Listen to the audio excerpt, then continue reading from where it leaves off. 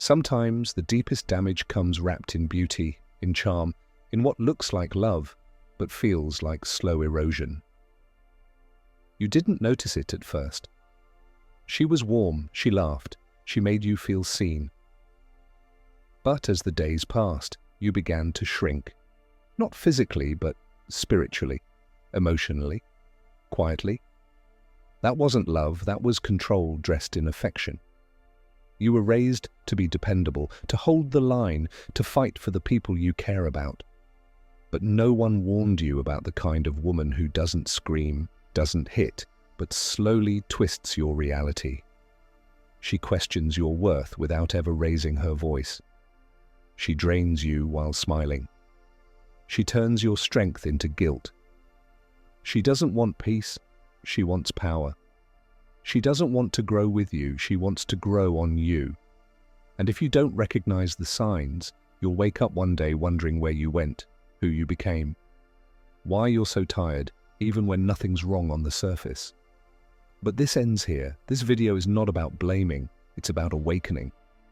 We'll break down the signs, the emotional weapons, the subtle tactics, and most importantly, we'll talk about how to walk away with your dignity, your clarity, and your peace intact, because you deserve better than confusion disguised as love. Drop a comment below. I choose peace if you're done giving your soul to someone who only knows how to take.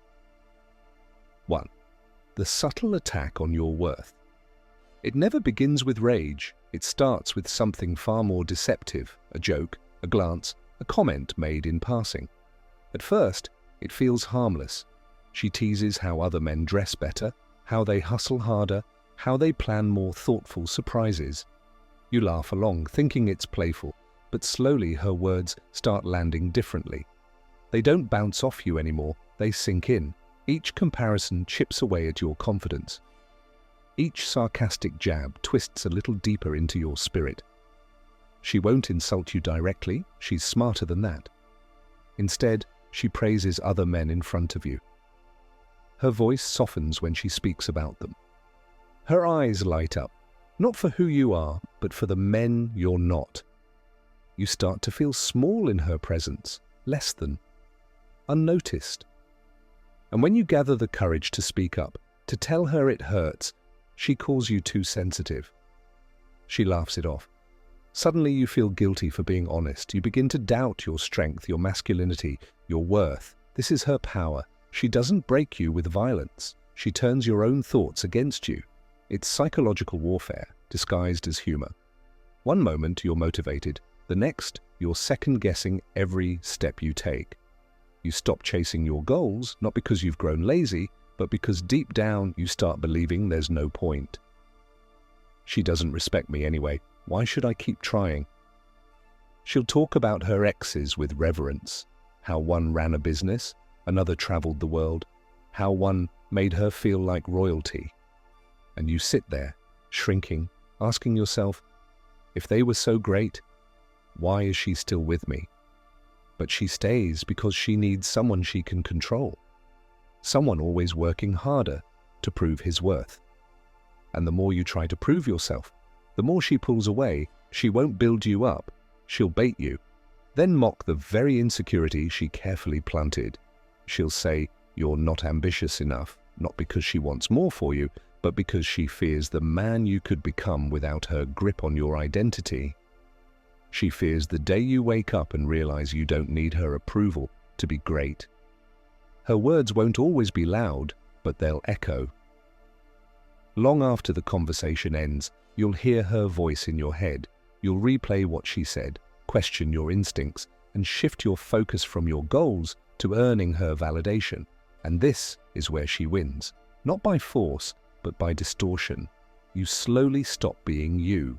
You become a man shaped by self-doubt and silence, a version of yourself she molded through subtle manipulation. And when you finally grow distant, when your spirit goes numb, she'll ask why. She'll pretend not to know she was the one who carved holes in your identity for years. But if you're aware, if you catch it before it's too late, there's still time. Here's what you do. You return to yourself. You create space. You evaluate your thoughts and ask yourself one powerful question. Is this my voice or hers? Every time you catch yourself questioning your worth, write it down, trace the doubt back to its source, and burn the script she tried to write for your life.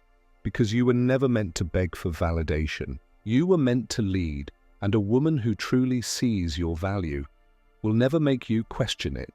Drop a comment if you've ever felt your worth shrinking under someone's smile, and say it out loud with me. I reclaim my identity. 2. When your pain becomes her power. There's something unsettling about the way she reacts to your pain. Not with concern, not with real empathy, but with a strange flicker of satisfaction. A light in her eyes that shouldn't be there when you're hurting. You don't see it at first. When you lose your job, she suddenly becomes more affectionate. When you're crushed by stress, she cooks your favorite meal, strokes your ego, plays the role of the comforting partner. But look closer, that's not love. That's leverage. She doesn't nurture you because she wants you whole. She does it because your brokenness gives her power. Because when you're down, she feels taller. When you're uncertain, she feels secure. And when you're weak, she feels in control. Your success? That threatens the entire illusion. When you rise, she shrinks. When you shine, her identity feels less important. So she claps when you win, but her eyes stay dull. She smiles when you succeed, but it's a little too mechanical. A performance, not pride. You start noticing the pattern. Her support is strongest when you're at your lowest, because your failure is her comfort zone. Your pain is the place where she holds the most influence, and when you begin to rise, when you start regaining your confidence and stepping into your purpose, she subtly starts to pull you back down. She creates chaos before your moments of clarity. She starts arguments before interviews. She makes you late for important meetings. She forgets to pass on messages that could elevate you. Then she plays innocent, as if none of it was intentional, as if your frustration is just another reason to label you too intense. She doesn't celebrate you behind closed doors. She performs in public, tagging you in posts, calling you her rock, praising your work ethic to others. But in private, she mocks your ideas, rolls her eyes when you talk about your goals, and says things like, "Don't get your hopes up." Let's be realistic. Are you sure you can handle that? Those words aren't warnings, they're weapons. Because what she's really saying is, shrink so I don't feel small next to you. And so you do. You stop sharing your victories. You quiet your ambition. Not because you're afraid of failure, but because you're afraid of how she'll react to your success. That's not partnership. That's sabotage dressed in softness. And when you finally push back, when you reclaim your voice, she flips the script. She calls you angry, unstable, selfish, immature. She'll say you've changed, and she'll frame your growth as betrayal. If you start hitting the gym, she questions your loyalty. If you get promoted, she jokes you'll leave her for someone better. But these aren't jokes, they're alarms. They're signals that she was never rooting for your rise, only your dependence. So what do? You stop explaining your evolution to someone who benefits from your stagnation.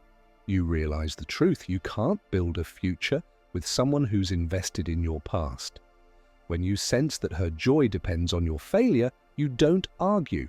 You don't try to prove your worth. You detach, quietly, calmly, without performance or drama, because your power isn't in fighting for her approval. It's in walking away without needing to be understood. And if a woman only loves you when you're broken, she was never loving you. She was loving her own reflection in your ruin. Comment below. I rise without apology. If you've ever felt your light dimmed, so someone else could feel tall. 3. When truth becomes the enemy, you came into the relationship believing that reason could solve anything, that two adults sitting down with patience, clarity, and respect could always find common ground.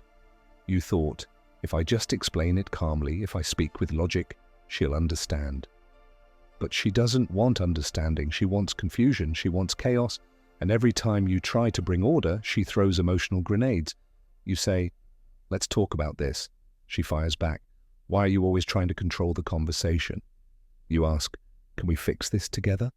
She answers with silence or tears, or worse, accusations that twist your words into weapons. Soon, every conversation feels like a battlefield. You're trying to stay calm, to speak truth, but she floods the room with feelings that make no sense, vague claims, and unrelated complaints. The more you try to bring clarity, the more everything spins. She dodges responsibility with ease. When she's wrong, she deflects. When you confront her, she attacks. She hijacks the conversation so thoroughly that by the end, you're apologizing for things you didn't even do, shouldering guilt for emotions she created and chaos she caused. You begin to doubt yourself, not because you're wrong, but because she's mastered the art of making you question what's real. This isn't miscommunication, it's manipulation, it's not misunderstanding, it's a power play. She doesn't want peace, she wants control over the narrative. You tell her calmly what hurt you. She tells you you're too sensitive. You bring up patterns. She tells you you're overthinking. You express your boundaries. She accuses you of being cold, selfish, or emotionally distant. No matter what you say, she flips it. Like a magician with a deck of illusions, she reshuffles every truth until it disappears. And the more you try to stay rational, the more irrational you start to feel. If you remain calm, she says you're disconnected. If you show emotion, she says you're unstable. It's a trap, one where logic has no power because her reality is built on emotional distortion. That's the trick. She bends the truth so subtly that you start to question your memory, your instincts, even your sanity. That's not confusion, it's gaslighting. Her goal isn't clarity, it's control over what's real. And the longer you stay, the more she becomes the narrator of your relationship. The more she makes you doubt yourself, the easier it is for her to maintain control. Eventually, she accuses you of gaslighting because now, even truth sounds like an attack to her. What do? You stop playing the game. You stop explaining truth to someone committed to misunderstanding it. You recognize the signs. Emotional manipulation wears many faces: tears, guilt, sarcasm, blame. But they all serve the same purpose: power. You begin documenting what actually happens, not to convince her, but to remind yourself what's real. You stop walking in circles with someone who thrives in confusion. And most importantly, you give yourself permission to see clearly, even if she never validates your clarity, because peace isn't found in convincing her. It's found in finally believing yourself. Drop a comment below. I trust my truth. If you've ever had to rebuild your clarity after someone tried to bend your reality. 4. When peace becomes her enemy. You've worked hard to create stability. You've put in the hours, stayed focused, and kept the drama out of your life. For the first time in a long while, you feel like things are finally calm. You're breathing easy. But then, just when you thought peace had settled in, she stirs the pot. It's almost like she's allergic to calm, like peace makes her uneasy, uncomfortable, as if emotional chaos is the oxygen she breathes, and when things are stable, she feels invisible. So she creates conflict. She brings up an issue you thought was resolved months ago. She suddenly gets distant and accuses you of not being present enough. You didn't reply to a text fast enough? Now your loyalty is in question. You didn't even know you had a tone, but now she's accusing you of saying things you didn't say, thinking things you didn't think, and meaning things you didn't mean. You try to stay calm, but she escalates. She pushes your buttons until you snap. And when you do, she points to your reaction like it's your fault. This isn't an accident. This isn't random. It's intentional. She wants to see you bleed emotionally. She thrives on conflict because it feeds her control. For her, emotional chaos is not just an occasional reaction. It's a necessity. She doesn't simply react to conflict. She craves it. For her, love is supposed to hurt. Passion is pain. Stability is suffocating. And so she manufactures chaos. She stirs the pot when you're just starting to breathe easy, just starting to rise, just beginning to feel your momentum building. The timing is no accident. Every time you're on the brink of a breakthrough, she makes sure to throw a wrench in your gears. She creates drama around your friends, your phone, your focus. She accuses you of being distant when you start pulling away from the chaos she created, and suddenly you're apologizing for things that don't even make sense. You'll start to notice a pattern when your confidence is rising, when your clarity is sharp, when you're starting to feel free. That's when she flips the switch. It's not about you, it's about her control. She doesn't want partnership, she wants dominance. She doesn't want to support your growth. She wants you tethered to her emotional needs. When you're drowning in self-doubt, she's fine. But when you're swimming towards success, towards freedom, towards the man you were meant to be, she'll pull you back under. And when you're too strong to fall, she'll escalate. Backhanded compliments, sudden mood swings, fabricated crises to derail your momentum. She doesn't want love. She wants power over your emotions, over your time, over your focus. She needs you to feed her validation, constantly check her mood, fix her emotions, and somewhere along the way, you lose sight of yourself. You forget what it felt like to have a day without conflict, to go a week without apologizing for things you didn't do, to breathe without feeling like you're failing someone. That's not love, that's emotional slavery. So what do? You interrupt the pattern. You pay attention to the timing, you stop reacting to the provocation, and instead you observe. You watch how predictable it becomes. When you detach emotionally, you stop responding like a puppet on strings. Instead, you act with precision, calm, collected, and focused. You let her chaos burn itself out without stepping into the fire. You learn to value your momentum more than her opinion. You protect your vision more than her validation. And eventually you stop fearing the storms she tries to create.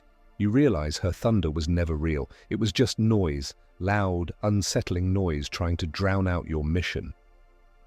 Drop a comment below. I choose peace over chaos. If you've ever had to break free from emotional manipulation and reclaim your focus. 5. The guilt trap. When love becomes a leash, she doesn't yell. She doesn't even argue. She sighs. She withdraws. She doesn't need to tell you you're a bad man. She just makes you feel like one. And suddenly, guilt becomes her weapon. It's silent. It's sharp. It's poison, slipping into your veins when you least expect it. You cancel a date because work ran late, and she doesn't explode. No, she goes cold, not angry, just disappointed. Her silence speaks louder than words. It's thick, heavy with punishment. You take a weekend to yourself to reset, to clear your mind, to focus on your own well-being. And she makes you feel abandoned, like you've betrayed her, like you've committed a crime by choosing yourself over her. You prioritize a goal, a dream, a simple boundary, and suddenly you're explaining yourself, justifying your ambition like it's a betrayal. You're apologizing for growing, for pursuing your purpose, for taking care of yourself. And this is how guilt works, slowly and methodically. She doesn't force you to change, she doesn't demand it. She lets your conscience do the heavy lifting for her. The more self-aware you are, the more compassionate, the easier it is for her to control you through guilt. She weaponizes your virtue, turning your empathy into her leash. She twists your decency, making you feel like you're hurting her by simply living fully. You skip the gym, you cancel plans with friends, you push your dreams aside, not because she directly told you to, but because she made you feel like your very existence outside of her needs was a betrayal. And that's the trap. Guilt becomes the leash around your purpose. What do? First, you recognize it. That sinking feeling in your gut isn't always your conscience. It's a signal that someone else is pulling your strings. You've been conditioned to feel guilty for taking care of yourself, for growing, for living in alignment with your values. Then, you draw the line. Firm, but not cruel. You communicate what you need. You do what is right, not what is expected. You lean into Stoicism. If it's not right, don't do it. If it's not true, don't say it. You stop arguing with the guilt. You outgrow it. You stop expecting her to understand, because guilt is her currency and your emotional freedom threatens her control. You stop paying. You stop feeding into her manipulation. You do what aligns with your values, with your vision, with your purpose, and when the guilt rears its head again, as it inevitably will, you greet it with strength, not surrender. You remember this truth. Peace doesn't come from pleasing everyone. Peace comes from not betraying yourself. Drop a comment below. I choose self-respect over guilt if you've learned to break free from emotional manipulation and reclaim your purpose.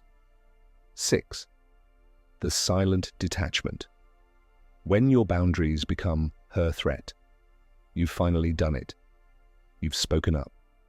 You've set a boundary, a simple one, not to control, but to protect your peace. And she flips. Not always loudly. Sometimes it's subtle.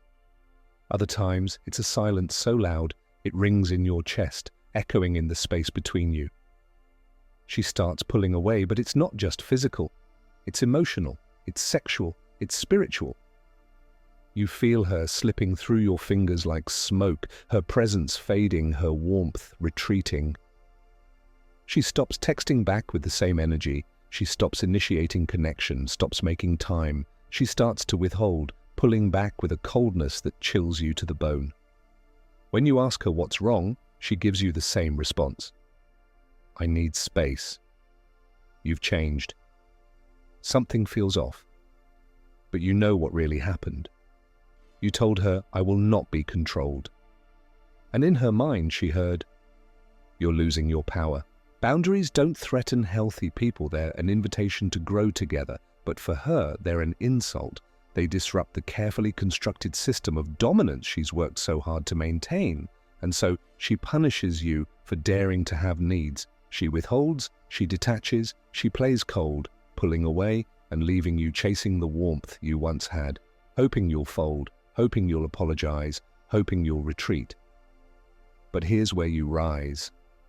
This is where you tap into your stoic power. It's not about the absence of feeling, it's about the control of response. You don't beg for her warmth, you don't explain your boundary again and again. You hold it firm, steady, like a king holding his crown, with quiet, immovable certainty. You give her exactly what she asked for, space.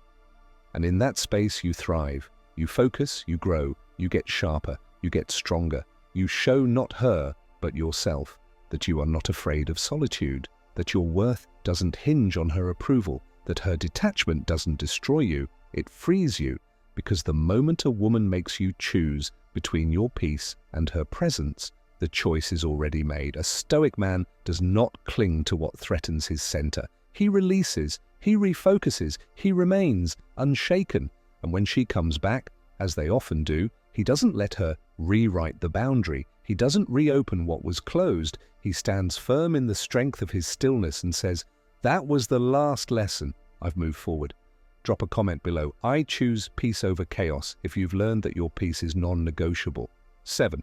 She plays innocent, but you're always the villain. She never shouts in public. She doesn't cuss you out or throw things or rage like the women you've seen in movies. No, she plays the quiet role. The sweet, wounded dove with tearful eyes and a trembling voice, saying things like, I just don't understand why he treats me this way. She crafts her narrative like an artist, building a version of reality where you are the unstable one, the cold one, the selfish one. She tells her friends how hard she tries. She posts quotes about heartbreak and silent suffering. She paints herself as the one who gave everything and got nothing back. And meanwhile, you're sitting in the wreckage, trying to understand how she managed to twist your every action into evidence that you're the bad guy. You tried to set boundaries. She called it control. You tried to express your emotions. She called it emotional manipulation. You pulled back to protect your peace. She called it abandonment. And now the world sees you as the villain. In a story she's been quietly rehearsing since the moment she knew she couldn't control you anymore.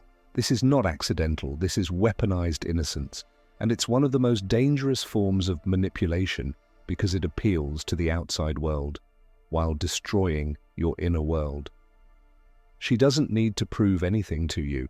She just needs to convince everyone else. She uses selective truth, exaggerated emotion, and the language of therapy to disguise abuse as trauma.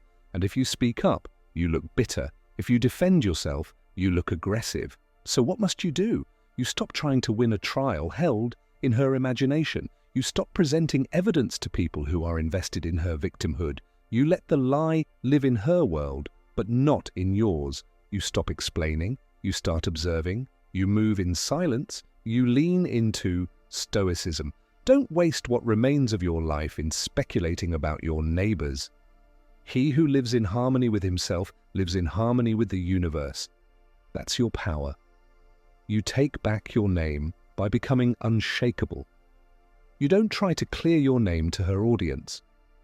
You walk off the stage and build your life where her voice has no reach. You don't stoop to react, you rise to remain. You live so boldly in truth that no one can mistake you for the lie. And when the dust settles, and it always does, you won't be bitter, you'll be free. And that freedom, that quiet, grounded, stoic freedom, is the final nail in her narrative. And when people believe her story, when mutual friends stop calling, when you're painted as the cold one, the manipulative one, the man who didn't care, it hurts. But that pain, that sting of isolation, is not injustice. It's the price of freedom. It's the toll you pay to exit the illusion. Because here's the truth. Anyone who believed her without asking you, without seeing both sides, was never truly in your corner. Her weaponized innocence exposes not just her darkness, but the silence of others. And this is where Stoicism saves you, now, not by numbing your feelings, but by refining your perception. You stop expecting fairness from those who benefit from fiction. You stop trying to correct lies dressed up in emotional theater. You hold the line. You go dark. You let her spin the story because you no longer need the audience. You're not playing the role of the misunderstood man anymore. You're writing your own script now. One where peace isn't a negotiation.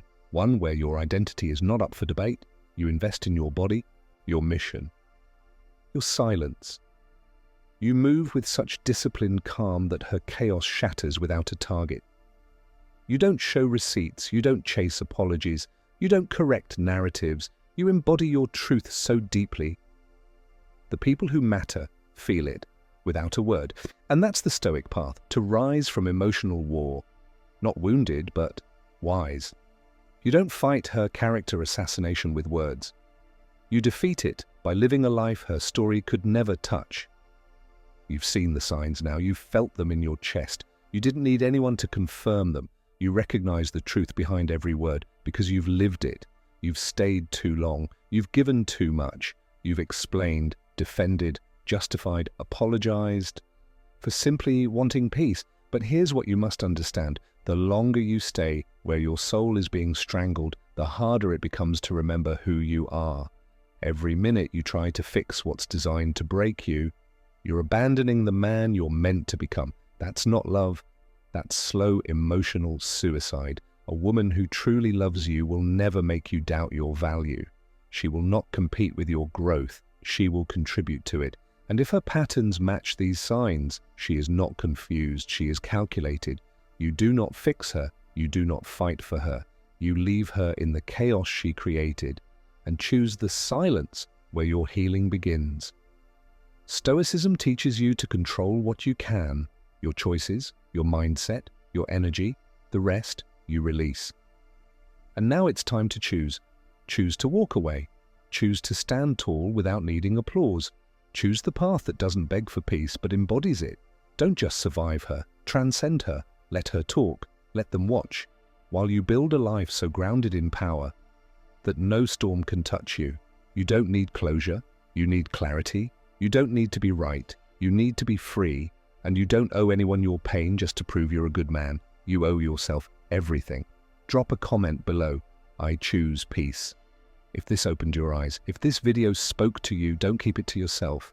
Share it with a man who needs to hear these words before it's too late. Support this channel not just for content, but for clarity.